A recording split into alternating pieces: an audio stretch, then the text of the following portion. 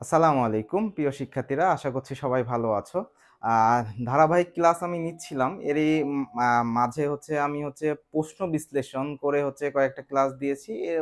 এবার আমি যেটা করেছি যে ঢাকা বিশ্ববিদ্যালয়, অর্থাৎ ঢাকা বিশ্ববিদ্যালয় এ ইউনিট, বি ইউনিট এবং সি ইউনিটের জন্য বাংলা বিষয়ের ওপরে মডেল টেস্ট, এবং মডেল টেস্টটা এমনভাবে সাজিয়েছি যেটা 10 বছরের বিগত সালের প্রশ্ন অ্যানালাইসিস করে মডেল টেস্টটা সাজিয়েছি, এবং গুরুত্বপূর্ণ যে অধ্যায়গুলো আছে সেই অধ্যায় থেকে গুরুত্বপূর্ণ প্রশ্নগুলো নিয়ে আমি এই জায়গাটা সাজিয়েছি, এবং এটার আমি ব্যাখ্যা এবং বিশ্লেষণ দিয়েই এই ক্লাসটা আমি পুনরায় চালু করতে যাচ্ছি।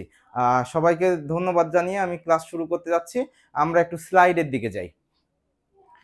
বাংলা মডেল টেস্ট 1, আজকের মডেল টেস্টটা 1, এবং এই যে মডেল টেস্টটা ধারাবাহিকভাবে আমরা চেষ্টা করব ডিসেম্বরের 10 তারিখ পর্যন্ত দেওয়ার, অর্থাৎ পরীক্ষার 3 দিন আগ পর্যন্ত দিব আমরা ধারাবাহিকভাবে। আসি আমরা প্রথম যে প্রশ্নটা আছে, অর্থাৎ ধ্বনি পরিবর্তন অধ্যায়ের প্রশ্ন। দেখেই বুঝতে পারছো ধ্বনি পরিবর্তন অধ্যায়ের প্রশ্ন, এবং প্রথম প্রশ্নটা বলছে যে কপাট থেকে কবাট। বলছে কি যে কপাট থেকে কবাট, এই কপাট থেকে কবাট এটি কোন ধরনের ধ্বনি পরিবর্তন, এটা কোন ধরনের ধ্বনি পরিবর্তন। আমরা প্রথমেই দেখছি ধ্বনি বিপর্যয় আছে। ধ্বনি বিপর্যয় হবে না, কারণ ধ্বনি বিপর্যয় কি হয়, ধ্বনি বিপর্যয়ে সেম বর্ণ থাকে, অর্থাৎ আগে পিছে বসে। অর্থাৎ আমরা যখন ধ্বনি বিপর্যয়ের কথা বলছি, তখন আমরা একটা উদাহরণ দিতে পারি ধ্বনি বিপর্যয়ের। যেমন এরকম হয় যে আমরা বলছি যে ট্রেনের শিডিউল বিপর্যয়, এই কথাটা অনেক ক্ষেত্রে আমরা ইউজ করি এবং এটার সাথে আমরা অভ্যস্ত। ট্রেনের শিডিউল বিপর্যয় যখন আমরা বলি, তখন কি বলছি যে 8টার ট্রেনটা 10টায় যাচ্ছে, 10টার ট্রেনটা দেখা যাচ্ছে 12টায় যাচ্ছে, অর্থাৎ কি একটা ট্রেনের জায়গায় আরেকটা ট্রেন কি যাচ্ছে। এখন এই ধ্বনি বিপর্যয় এবং বর্ণ বিপর্যয় একই, ধ্বনি বিপর্যয় এবং বর্ণ বিপর্যয় একই একই একই উদাহরণ। এবং পরবর্তী যেটা বলছে অপিনিহিতি, অপিনিহিতিটা হচ্ছে না আমাদের, অপিনিহিতিটা আচ্ছা সরি, বলছে যে অপিনিহিতিটাও হচ্ছে না। অপিনিহিতিটা আমরা কি জানতাম, অপিনিহিতি আমরা জানতাম যে পরের ইকার আগে উচ্চারিত হবে। কি বলছে, পরের ইকার আগে উচ্চারিত হবে। যদি আমরা একটা উদাহরণ টানি, যেমন বলছে যে আজি, যদি আজি দিই আমরা, আজি থেকে কি হয়েছে, আইজ হয়েছে, আইজ হয়েছে। তাহলে কি এখানে পরের ইকারটা কোথায় আসলে, এই পরের ইকারটা কোথায় এসছে, এই পরের ইকারটা আমাদের আগে এসছে। পরবর্তীতে বলছে, পরবর্তী যে অপশনটা আছে বলছে যে ব্যঞ্জন বিকৃতি, অর্থাৎ আমরা একটু ওপরে যাব, যে বলছে যে ক পাঠ হয়ে গেছে কি ক বাট। এখন এখানে ছিল কি প, অর্থাৎ পা, এখানে হয়ে গেছে কি বাট। অর্থাৎ এখানে দেখো তোমরা যে এখানে পুরাটাই চেঞ্জ হয়ে গেছে। যখন আমরা বিকৃতির কথা বলি, অর্থাৎ কি কোনো একটা, যখন আমরা বলি যে মানুষটাকে মেরে মেরে বিকৃতি করে ফেলেছে, অর্থাৎ চেহারাটা চেনা যাচ্ছে না, অর্থাৎ চেঞ্জ হয়ে গেছে, তাহলে ব্যঞ্জনটাই কি হয়ে গেছে, ব্যঞ্জনটাই আমাদের চেঞ্জ হয়ে গেছে। অর্থাৎ আমাদের উত্তর ব্যঞ্জন বিকৃতি। অর্থাৎ আমাদের উত্তর কি, ব্যঞ্জন বিকৃতি। কপাট থেকে কবাট, এটা ব্যঞ্জন বিকৃতির উদাহরণ। পরবর্তী প্রশ্নে আমরা যাচ্ছি। পরবর্তী প্রশ্ন বলছে যে 2 নম্বর প্রশ্ন, বলছে যে রিক্সা, বলছে কি রিক্সা শব্দটি, রিক্সা শব্দটি কোন ভাষা, বলছে রিক্সা শব্দটি কোন ভাষা থেকে এসছে। অর্থাৎ এটা শব্দ, যেটা শব্দের যে অধ্যায় আছে, শব্দের শ্রেণী বিভাগ, এখান থেকে প্রশ্নটা করা। এই জায়গা থেকে আমরা দেখি যে প্রতিনিয়ত এই প্রশ্নগুলো আসতে থাকে। তাহলে রিক্সা শব্দটি কোন ভাষা থেকে এসছে, এটা ফার্সি শব্দ না, তারপরে তুর্কি শব্দ না। তুর্কি কি আমরা জানি তুর্কি বাবা, তারপরে চাকু, এগুলো তুর্কি শব্দ। কিন্তু পরবর্তী যেটা বলছে যে হিন্দি শব্দ, হিন্দি শব্দ না, হিন্দি শব্দ না, আমরা বলছে জাপানি শব্দ। এটা বলছে রিস্কাটা কি রিস্কাটা জাপানি শব্দ। জাপানি শব্দের মধ্যে আরো কিছু গুরুত্বপূর্ণ শব্দ আছে, যেমন কি হারি কেল, তার মধ্যে একটা গুরুত্বপূর্ণ শব্দ আছে হারিকেল। এই শব্দটা প্রচুর পরিমাণে এসছে, এবং রিস্কা শব্দটা আমরা দেখি, এই দুইটা শব্দ প্রচুর পরিমাণে আসতে আমরা দেখি। তারপরে কি, তারপরে এছাড়াও আরো কিছু শব্দ আছে। আমরা পরবর্তী যে ইয়াতে আছে, অর্থাৎ পরবর্তী 3 নম্বর প্রশ্ন বলছে গড়মিল। অর্থাৎ কি বলছে যে এখানে গড়মিল, গড়মিল শব্দটা, গড়মিল শব্দটা কি হয়েছে, গড়মিল শব্দের গড় উপসর্গ, অর্থাৎ এই যে উপসর্গর জায়গা থেকে প্রশ্ন এসছে। এবং রিসেন্ট যেটা হচ্ছে 24 এবং 25 সেশনে যে পরীক্ষাটা হয়েছে, এখানে রিটেনের ক্ষেত্রে উপসর্গ থেকে ঢাকা বিশ্ববিদ্যালয়ের প্রশ্ন ছিল। এবার বলছে যে কি, যে হচ্ছে গড়মিল শব্দের গড়মিল শব্দের কি বলছে, গড়মিল শব্দের হচ্ছে গড়মিল শব্দের গড় কোন উপসর্গ, গড়মিল শব্দের গড় কোন উপসর্গ। আমরা জানি এটা, যে এটা হচ্ছে ফার্সি শব্দ না, এটা হচ্ছে বাংলা শব্দ না। আচ্ছা, বাংলাতে হচ্ছে আকারটা একটু মিস্টেক হয়েছে, প্রিন্টিং মিস্টেক, সরি এটার জন্য। তারপরে বলছে যে হিন্দি শব্দও না। এখন বলছে গড়মিল হচ্ছে আরবি উপসর্গ। গড়মিল কি, গড় হচ্ছে কি, গড়মিল শব্দের হচ্ছে গড় শব্দটা হচ্ছে আরবি উপসর্গ থেকে এসছে। যেমন আরো কিছু আছে, যেমন হচ্ছে বলছে আম,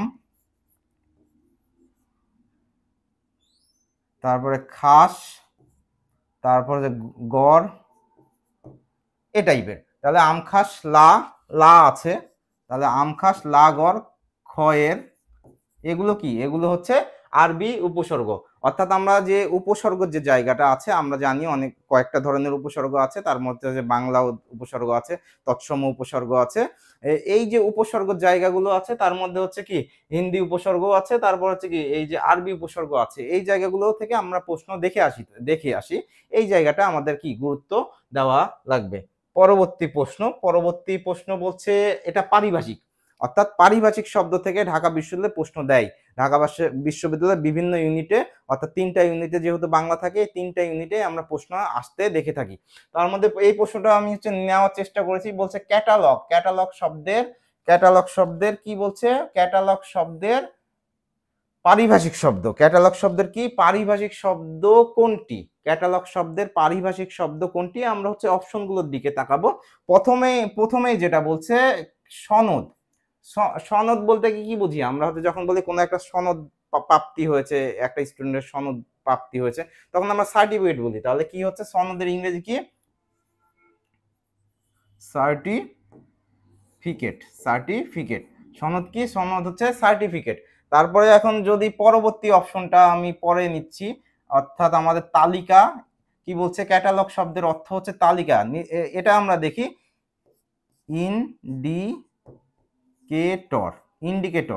ইন্ডিকেটর শব্দের অর্থ কি, নির্দেশক। এবং হচ্ছে ক্যাশ হচ্ছে নগদ, ক্যাশ হচ্ছে নগদ। অর্থাৎ আমরা এই যে অপশনগুলো বিশ্লেষণ করলে পাচ্ছি কি, তালিকা অর্থাৎ ক্যাটালগ শব্দের পারিভাষিক শব্দ কোনটি, এটা হচ্ছে কি, এটা হচ্ছে তালিকা। পরবর্তী প্রশ্নটা আমরা একটু দেখার চেষ্টা করব। বলছে নিচের কোনটি শুদ্ধ। আচ্ছা, এখানে একটু মিস্টেক হয়ে আছে, যে বলছে শুদ্ধ, বলছে নিচের কোনটি শুদ্ধ বানান, অর্থাৎ একটু মিস্টেক হয়ে আছে। বলছে নিচের কোনটি শুদ্ধ বানান। এখন আমরা হচ্ছে দেখি, প্রতিনিয়ত দেখি যে হচ্ছে বানানের ক্ষেত্রে কি হয়, বানানের ক্ষেত্রে হচ্ছে প্রশ্ন যে জায়গাটা, অর্থাৎ যে পরীক্ষাগুলো হয়, এটা বানান থেকে এবং বাক্য শুদ্ধিকরণ থেকে প্রশ্ন থাকে। অর্থাৎ বানান খুবই গুরুত্বপূর্ণ একটা জায়গা। আমরা দেখছি প্রথমে যে বানানটা আছে, এটা হচ্ছে ভুল বানান আছে। কি বানান আছে, ভুল বানান। অর্থাৎ মরিচিকা বানানটা কি হবে, ম রয় দীর্ঘি চয়সি কয়াকার, ম রয় দীর্ঘি চয়সি কয়াকার, এটা হচ্ছে মরিচিকা বানান। পরবর্তী বানান যেটা আছে, এটাও হচ্ছে কি, এটাও হচ্ছে ভুল দেওয়া আছে, প্রতীতি বানানে হচ্ছে পয় র তহে দীর্ঘি তহসি, প্রতীতি। এবং হচ্ছে দধিচি বানানটা আমরা হচ্ছে এখানে ঠিক পাচ্ছি। দধিচি বানানটা কি পাচ্ছি, ধয় দীর্ঘি চয়সি, এটা হচ্ছে ঠিক বানান আছে। এবং হচ্ছে বিনা পানি যেটা দেওয়া আছে, বিনা মানে কি, বিনা মানে বাসি, আমরা জানি, এতটুকু ঠিক আছে। এই পানিটা ঠিক নাই।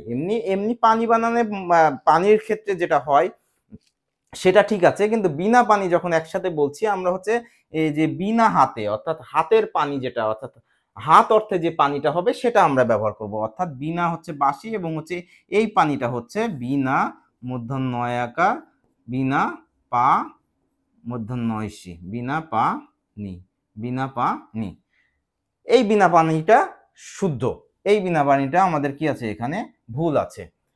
আমরা পরবর্তী যে প্রশ্নটা আছে, আমরা পরবর্তী প্রশ্নের দিকে যাচ্ছি। 6 নাম্বার প্রশ্ন। অর্থাৎ এখানে বলছে যে মিতের মতো অবস্থা, কি বলছে যে মিতের মতো অবস্থা। আমরা যখন কোনো একটা জায়গায় কোনো একটা অসুস্থ মানুষকে দেখতে যাই এবং তার যদি অবস্থা হয় একেবারে মিতের মতো, তখন আমরা বলি যে এই রোগীটার অবস্থা খুবই মুমূর্ষু, অর্থাৎ মুমূর্ষু বলি, মুমূর্ষু শব্দটা ইউজ করি।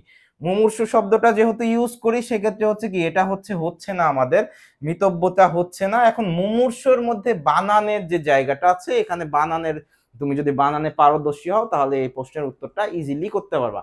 প্রথম বানান যেটা দেওয়া আছে, দুইটাই হচ্ছে দীর্ঘ উকার দেওয়া আছে, দীর্ঘ উকার হবে না। পরেরটা দেওয়া আছে কি, পরেরটা দেখো, প্রথমটা রস্যকার, মাঝখানেরটা দীর্ঘ উকার এবং হচ্ছে পরেরটা রস্যকার, এটা হচ্ছে রাইট। আমরা বানানের ক্ষেত্রে দেখেছি মুমূর্ষু বানানে প্রথমটা হচ্ছে কি, প্রথমটা হচ্ছে রস্যকার, মাঝেরটা দীর্ঘ উকার এবং হচ্ছে পরেরটা হচ্ছে কি রস্যকার। পরেরটা বলছে যে পরের মুমূর্ষু বানান যেটা দেওয়া আছে সেটা হচ্ছে কি, সেটা হচ্ছে ভুল দেওয়া আছে। অর্থাৎ আমরা যেটা দেখলাম যে মিতের মতো অবস্থা এক কথায় প্রকাশ কি হবে, এক কথায় প্রকাশ বলো অথবা বাক্য সংক্ষেপণ বলো বা বাক্য সংকোচন বলো, যেটাই বলো সেটা হচ্ছে কি আমাদের, এটা হচ্ছে আমাদের উত্তর হচ্ছে কি, হচ্ছে আমাদের উত্তর হচ্ছে মুমূর্ষু। আচ্ছা, পরবর্তী যে প্রশ্নটা আছে বলছে দেখো হর্ষ। পরবর্তী প্রশ্নটা কি বলছে, পরবর্তী প্রশ্ন বলছে হর্ষ।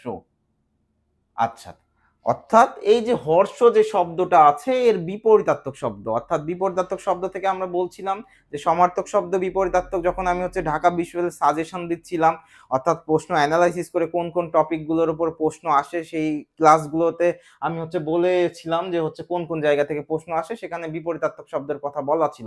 এবং বলছে যে এই যে হর্ষ এর বিপরীত শব্দ কোনটি, হর্ষ এর বিপরীত শব্দ, হর্ষ আসলে কি এটা একটু দেখতে হবে যে হর্ষ আসলে হর্ষ শব্দ দ্বারা কি বোঝাচ্ছে, বলছে উল্লাস। হর্ষ কি বলছে, উল্লাস, উল্লাস, আনন্দ।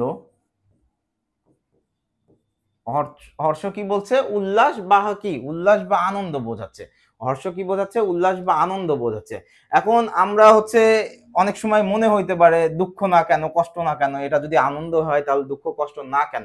আমরা বিপরীতার্থক শব্দের ক্ষেত্রে দেখি যে হচ্ছে পাশাপাশি অনেক সময় শব্দ থাকে কিন্তু হচ্ছে আমাদের একবারে পারফেক্টলি যেটা হচ্ছে মিনিং দেয় সেই মিনিংটা আমাদের নিতে হবে, সেই মিনিংটাই কি করতে হবে আমাদের নিতে হবে। আমরা এখন দেখি যে কষ্ট হচ্ছে না, এখানে হচ্ছে কি দুঃখ, কষ্ট, দুঃখর সমার্থক শব্দ কি, দুঃখর সমার্থক শব্দ কষ্ট।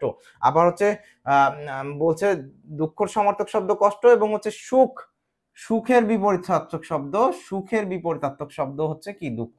আর হচ্ছে হর্ষ, হর্ষ শব্দটা বিপরীতার্থক শব্দ হচ্ছে কি বিষাদ, বিষাদ। হর্ষ শব্দের বিপরীতার্থক শব্দ এটা হচ্ছে কি, এটা হচ্ছে বিষাদ। আনন্দ হওয়ার তো প্রশ্নই আসছে না, কারণ হচ্ছে হর্ষই হচ্ছে কি একটা আনন্দ, অর্থাৎ এই আনন্দটা সমার্থক শব্দ হিসেবে এসছে।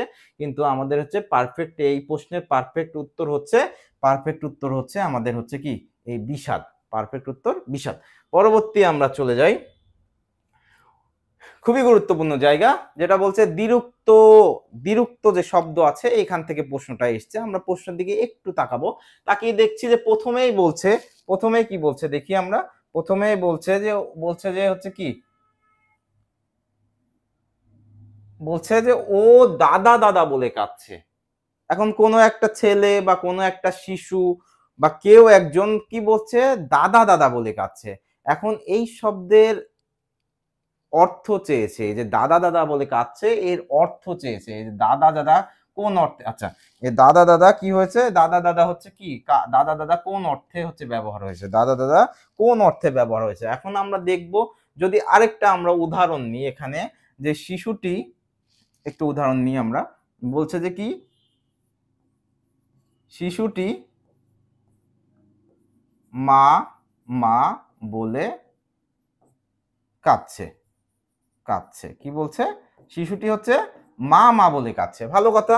এখন শিশুটি যদি মা মা বলে কাঁদে তো কখন শিশুটি আসলে মা মা বলে কাঁদে, যখন তার ক্ষুধা লাগে, যখন তার কোনো সমস্যা হয়, তখন হচ্ছে কি সে হচ্ছে মা মা বলে কাঁদে, এবং হচ্ছে এই ক্ষেত্রে হচ্ছে শিশুটি তার মাকে হচ্ছে কি আগ্রহ বোঝানোর চেষ্টা করে, তাকে শিশুটি কি বোঝানোর চেষ্টা করে, কান্নার মাধ্যমে তার হচ্ছে দৃষ্টি আকর্ষণ করার চেষ্টা করে। অর্থাৎ এই জায়গাটা হচ্ছে ক্রিয়া বিশেষণ প্রশ্নই আসছে না।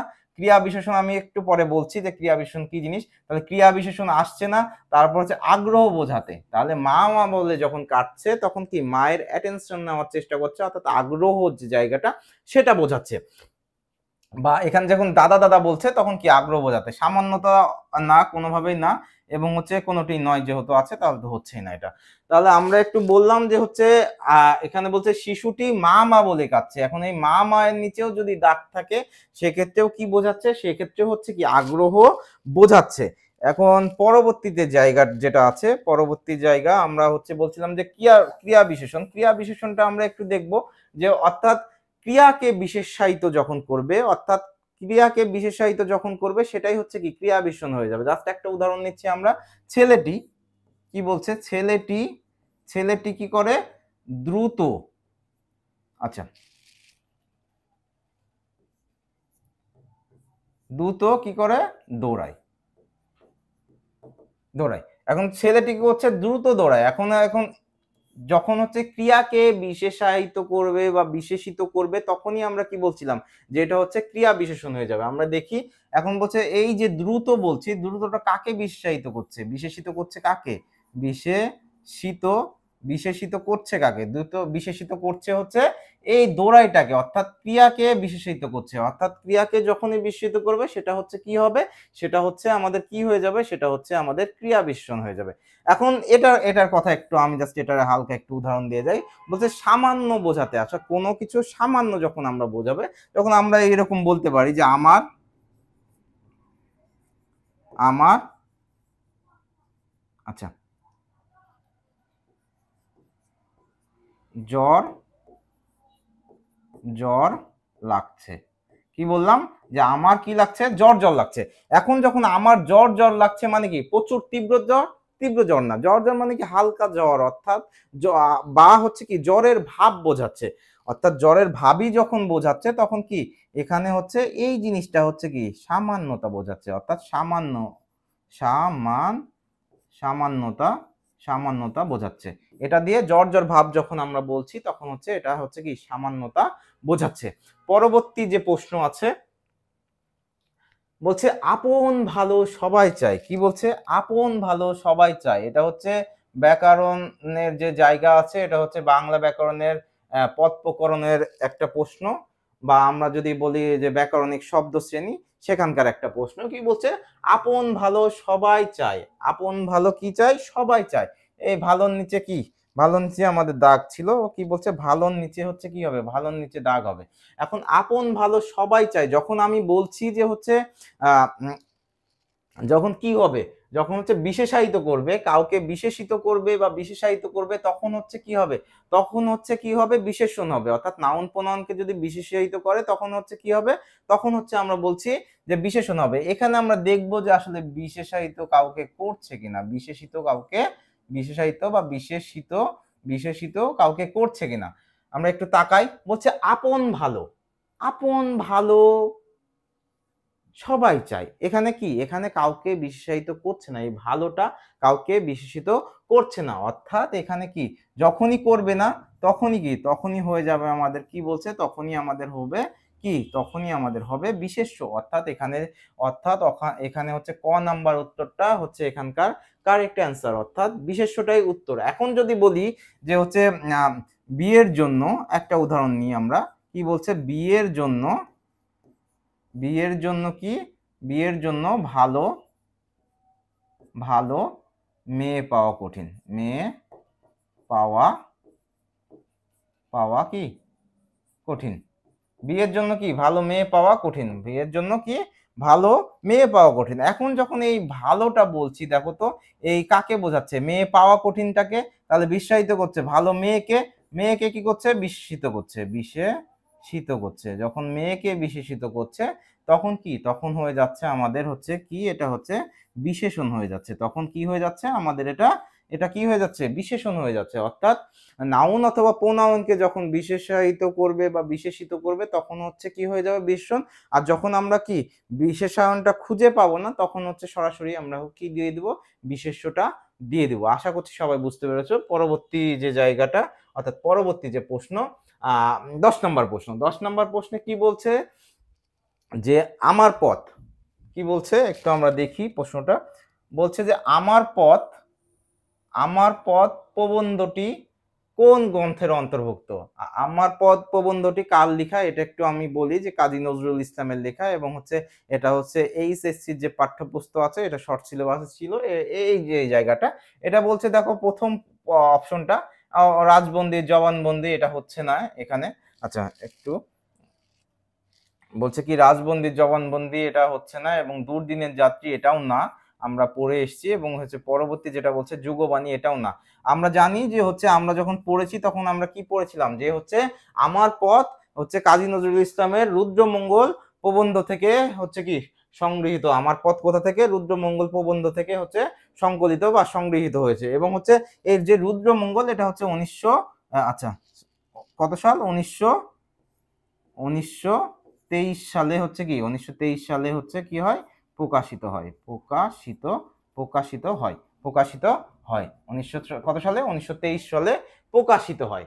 তাহলে আমার পথ কার, এটা হচ্ছে কি আমার পথ হচ্ছে কাজী নজরুল ইসলামের। এবং হচ্ছে এই আমার পথ থেকে বিস্তারিত তোমরা পড়ে নিবা, এবং হচ্ছে এই জায়গা থেকে প্রশ্ন আসার সম্ভাবনা বেশি, এবং হচ্ছে এই জায়গার শব্দ অর্থগুলো তোমরা হচ্ছে দেখবা।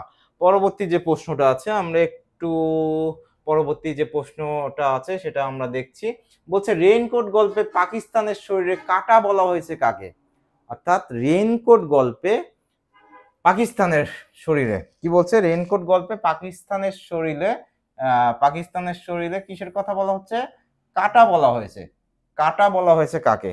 তাহলে এই যে প্রশ্নটা আমরা যখন রেইনকোট গল্পটা পড়ছিলাম তখন আমরা দেখেছি রেইনকোট গল্পে হচ্ছে কি প্রিন্সিপাল হচ্ছে জেনারেলদেরকে বলছিল, অর্থাৎ পাকিস্তানের যে জেনারেল ছিল তাদেরকে বলছিল যে হচ্ছে যে স্কুল এবং কলেজের, অর্থাৎ বাংলাদেশের যে স্কুল কলেজের যে শহীদ মিনার গুলো আছে সেগুলো হচ্ছে কি ওই যে পাকিস্তানের স্বাধীনতার জন্য হচ্ছে কি কাটা স্বরূপ, অর্থাৎ এইগুলোকে ভেঙে ফেলতে বলছিল। তাহলে আমরা পাইলাম কি, এটা হচ্ছে মুক্তি বাহিনীও হবে না, আচ্ছা সরি, বলছে যে এটা কি, এটা হচ্ছে মুক্তি বাহিনীও হবে না, তারপর জেনারেল কেউ হবে না, পুলিশ বাহিনী কেউ হবে না, এটা হচ্ছে শহীদ মিনার। অর্থাৎ শহীদ মিনারকে পাকিস্তানের শরীরে কি বলা হচ্ছিল, কাটা বলা হচ্ছিল। কারণ এগুলো না ভাঙতে পারলে পাকিস্তানের কি হচ্ছিল না, বলছিল যে স্বাধীনতা হচ্ছিল না। এটা হচ্ছে কে বলছিল, ওই গল্পের হচ্ছে প্রিন্সিপাল বলছিল। আচ্ছা পরবর্তীতে জায়গাটা আছে, আমরা একটু যাওয়ার চেষ্টা করি। বলছে ধান দিয়ে কি হইব, বলছে কি ধান দিয়ে কি হইব যদি যদি না থাকে, কি বলছে জান যদি না থাকে, তাহলে বলছে ধান দিয়ে কি হইব মানুষের জান যদি না থাকে। তাহলে ধান দিয়ে কি করব, ধান দিয়ে আসলে কি করব যদি আমার জীবনটাই না থাকে, এরকম একটা ডায়লগ অথবা উক্তি, যেটা হচ্ছে লাল সালু কি বলছে, এটা হচ্ছে লাল সালু উপন্যাস। অর্থাৎ এই যে লাল সালু উপন্যাসটার কার লেখা, সৈয়দ ওয়ালিউল্লাহ লেখা। আমরা জানি যে লাল সালু গ্রন্থটি কার লেখা, সৈয়দ ওয়ালিউল্লাহ লেখা। এবং এই গ্রন্থে হচ্ছে এই উপন্যাসে বলেছে কে, এই উক্তিটা কে বলেছে সেটার কথাই বলছে। মজিদ না, মানে মজিদ বলে নাই, জামিলা বলে নাই, এটা হচ্ছে রহিমা বলেছে। এটা কে বলেছিল, রহিমা বলেছিল, আক্কাসও বলে নাই। তাহলে আমরা আবারও আসছি, বলছে ধান দিয়ে কি হইব মানুষের জান যদি না থাকে, ধান দিয়ে কি হইব যদি মানুষের জান না থাকে। তাহলে এই কথাটা বলছে হচ্ছে লাল সালু উপন্যাসের হচ্ছে চরিত্র রহিমা। পরবর্তী যে প্রশ্নটা আছে,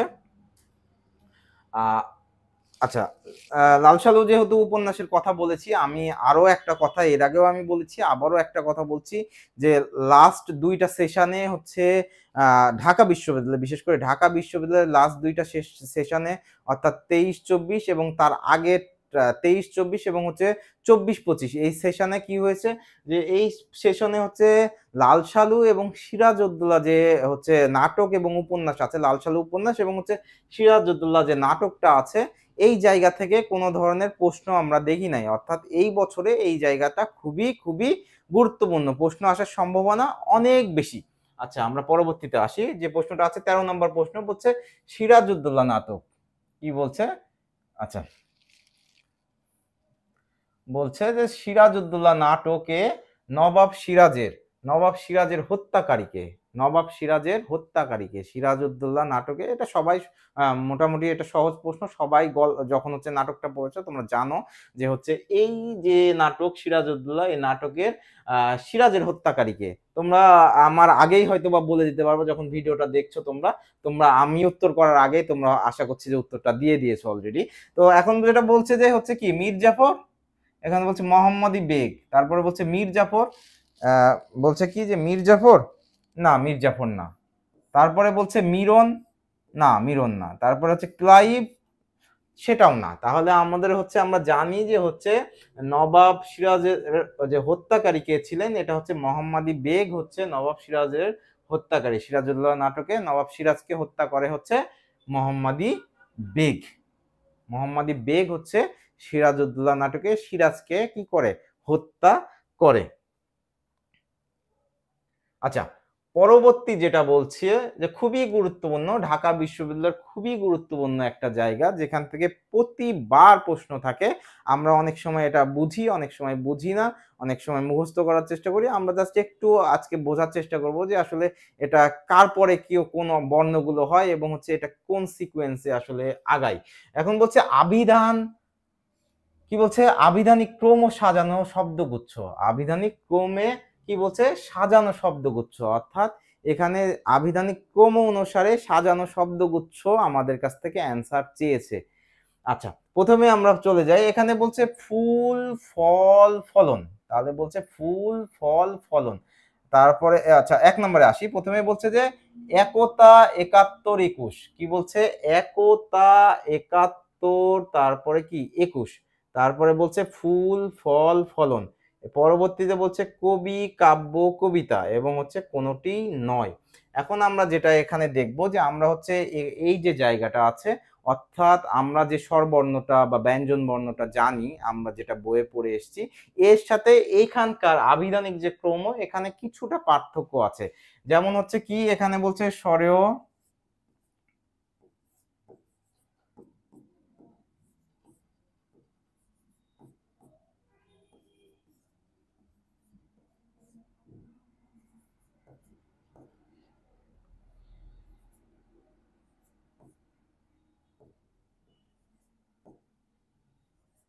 কি বলছিলাম, যে বলছিলাম এখানে স্বরেয় স্বরেয়া রস্বই দীর্ঘই, রস্বই দীর্ঘই, রস্য দীর্ঘ রি এ ওই ও ও, এটা তো আমরা জানি, এটা আমাদের জানি এটা হচ্ছে স্বরবর্ণ, কিন্তু যখন আবিধানিক ক্রম করব তখন কি এরপরে হচ্ছে কি হবে, এরপরে হচ্ছে অনুস্বর হবে, তারপরে হচ্ছে কি বিসর্গ হবে, তারপরে হচ্ছে কি চন্দ্র বিন্দু হবে। তাহলে এই যে জায়গাটা এখানে একটা হচ্ছে কি স্বরবর্ণের ক্ষেত্রে একটা চেঞ্জ আছে, তাহলে কি স্বরবর্ণের পরে এই এই যে খণ্ড বর্ণগুলো আছে এইখানে হচ্ছে এই বর্ণগুলো যুক্ত হবে।